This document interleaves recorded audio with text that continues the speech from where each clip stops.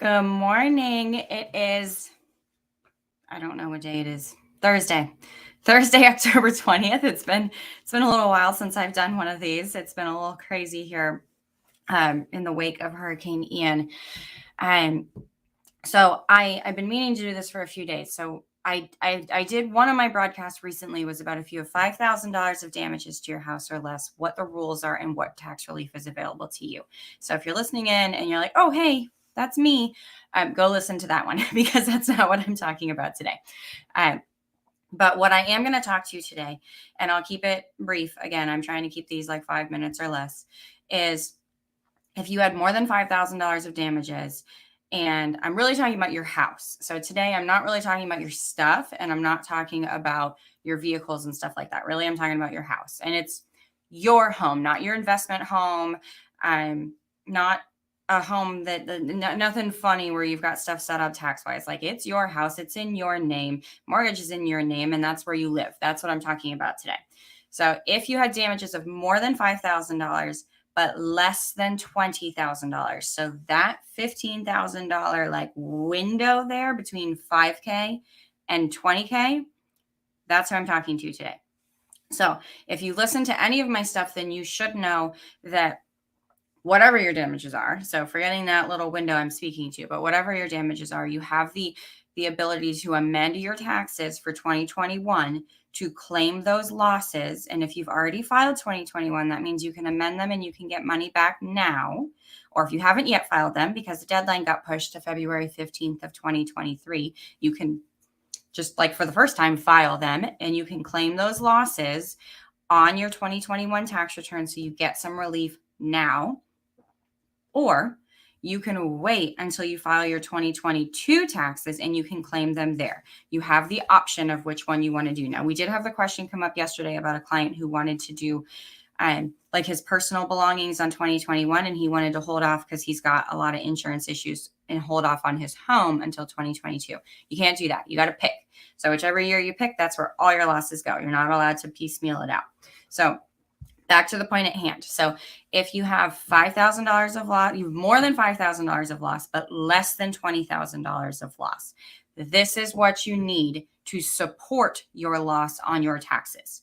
So whether you have a CPA that's doing your or a tax professional or whatnot doing your taxes for you, or whether you're doing them yourself and you're doing it through like TurboTax or something, H&R Block, Liberty Tax, whatever. This is what you need in your records to support your numbers should you ever be audited and have to prove it.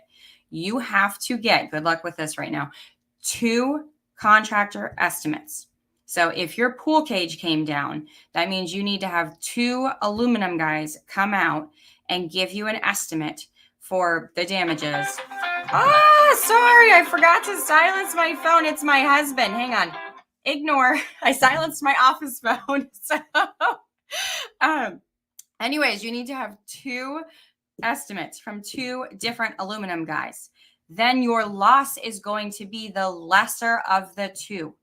Now, also coming into play can be an insurance report. So if insurance comes out and gives you an estimate for the loss of damages, we can use that for some stuff. But like a lot of stuff, people, when they're in that range, they're not filing an insurance claim, or they are, but like that's not covered. So maybe the damage to the house wasn't enough to justify insurance to get involved, but their pool cage came down, which is a lot, and they didn't have insurance coverage on it, so it's not included. So keep in mind, if it's all going through insurance and it's all covered through insurance, we can use the insurance report. However, if you're not going through insurance, this is what we would need. This is what you would need for your records is 2 estimates. The lower of the 2 is what shows your loss.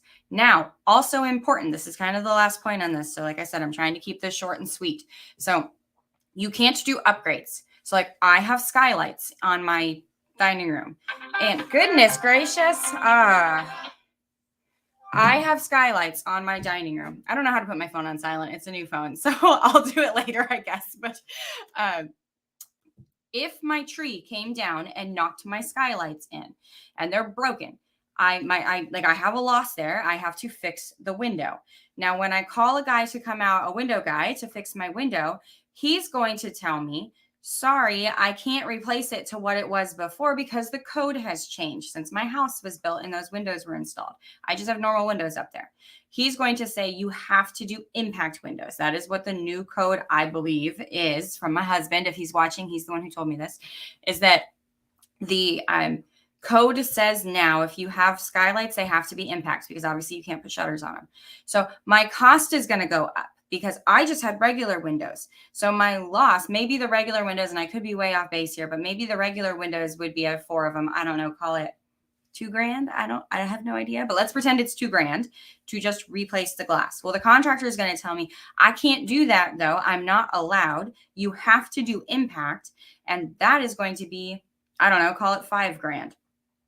My tax loss is the $2,000. It is not the $5,000. It does not matter that legally I have to spend more money and I have to do the impact. That's for my insurance to deal with. But for taxes, my loss is restoring my property to the value and the standards it was pre-hurricane, not including code changes. So that means I need to have my contractor tell me, look, like, okay, I know you can't do that, but can you tell me what it would cost? Maybe just like ballpark it for me. Or if they can't do that, because I know they're all super busy and they just give you the quote for the whole thing, then you need to allocate out some of that for what you, reasonably speaking, you would think it would be. You cannot take that entire loss because it's improving the value of your home pre-hurricane, not bringing it up to what it was pre-hurricane. That's really important. So that's it. If you've got between 5,000 and 15,000 in damages and 5,000, my phone is driving me bananas, 5,000 and 20,000 in damages, that $15,000 gap, that is what you need to amend your taxes or to include it in your 2022 taxes. 2 estimates from 2 different contractors or an insurance report, and your loss is the lesser of the 2 from the contractors. So again, you can put that on your 2021 taxes or your 2022 taxes. If you're not sure which one to do, talk to your tax professional because they'll probably have some insight as to which year you're going to get the most bang for your buck. Your loss isn't going to change. If you had a $15,000 loss, you had a $15,000 loss. But you may get more money back depending on your income on which year you claim it on. So there's a little bit of configuration there.